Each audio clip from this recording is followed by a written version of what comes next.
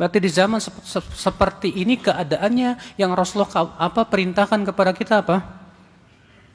Sibukkan menuntut ilmu. Ilmu, akhi. Ilmu. Karena memang ilmu itu keselamatan, akhi. Karena dengan ilmu kita bisa mengetahui ini hak, ini batil. Dengan ilmu kita bisa mengetahui ini jalan kebenaran atau ini jalan kebatilan. Makanya salaf terdahulu mengatakan ulama mengetahui fitnah sebelum terjadinya.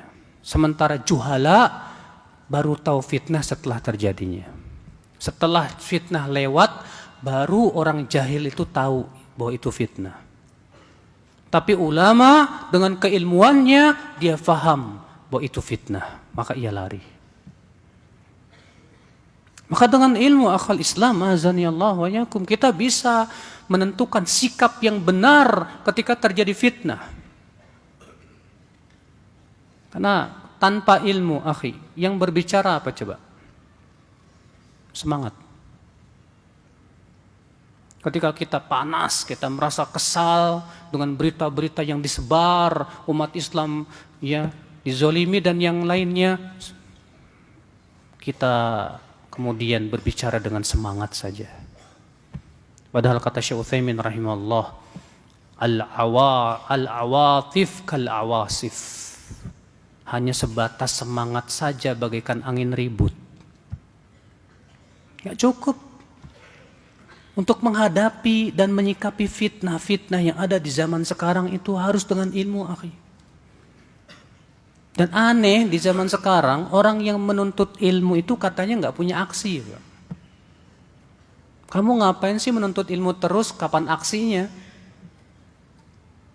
Jadi mereka menganggap menuntut ilmu itu bukan aksi. Aksi itu turun ke jalan-jalan, demo dan yang lainnya. Kita katakan ya akhi, menuntut ilmu itu aksi yang paling besar. Karena kalau kamu menuntut ilmu, kamu akan membela agama kamu. Agama kita ini dasarnya apa? Al-Quran dan hadis Nabi SAW. Itu modal Islam. Nah sekarang kalau antum menganggap bahwa aksi itu hanya sebatas turun ke jalan-jalan, sementara orang berbicara tentang din seenaknya, pakai akal pikiran, pakai hawa nafsu, sebetulnya mereka seperti inilah yang akan menghancurkan Islam, ya. Hancurnya Islam oleh siapa, ya akhi? Munafikun alimul lisan, kata Rasulullah. Orang munafik yang pandai berbicara.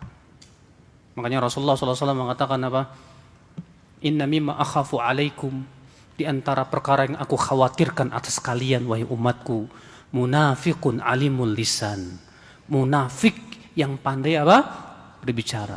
Dalam hadis yang lain, a'immatun mudhillun, yang aku khawatirkan atas kalian hai umatku, pemimpin-pemimpin yang menyesatkan.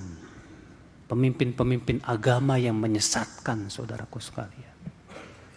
Mungkin kalau ada orang kafir menjelek-jelekan Islam, semua orang Islam pasti akan marah.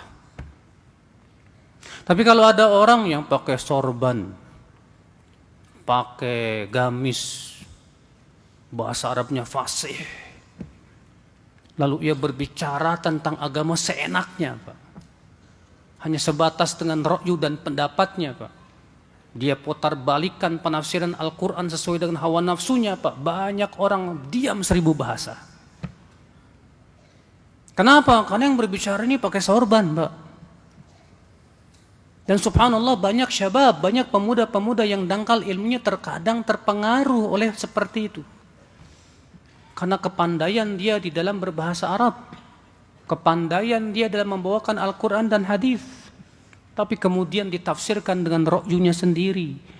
Ini bahaya, akhi. Ini bisa merusak Islam, ya akhi. Makanya Rasulullah SAW ketika mensifati kaum Khawarij, apa kata Rasulullah? Yaqra'una al-Quran la yujawizu taraqiyahum. Mereka membaca Al-Quran tapi tidak sampai ke kerongkongannya. Apa maksudnya dalam riwayat Abu Daud? Artinya yahsabuna annahu lahum wa huwa alaihim. Mereka mengira bahwa Al-Quran mendukung pendapat mereka, padahal Al-Quran tidak mendukung sama sekali. Kenapa? Saking dangkalnya pemahaman mereka. Akhi, di zaman sekarang, akhi, berapa banyak pemuda-pemuda yang sangat mudah tertipu oleh orang yang pandai membawakan Quran dan hadis Nabi sallallahu alaihi wasallam. Tanpa melihat apakah pemahamannya sesuai dengan pemahaman para sahabat atau tidak.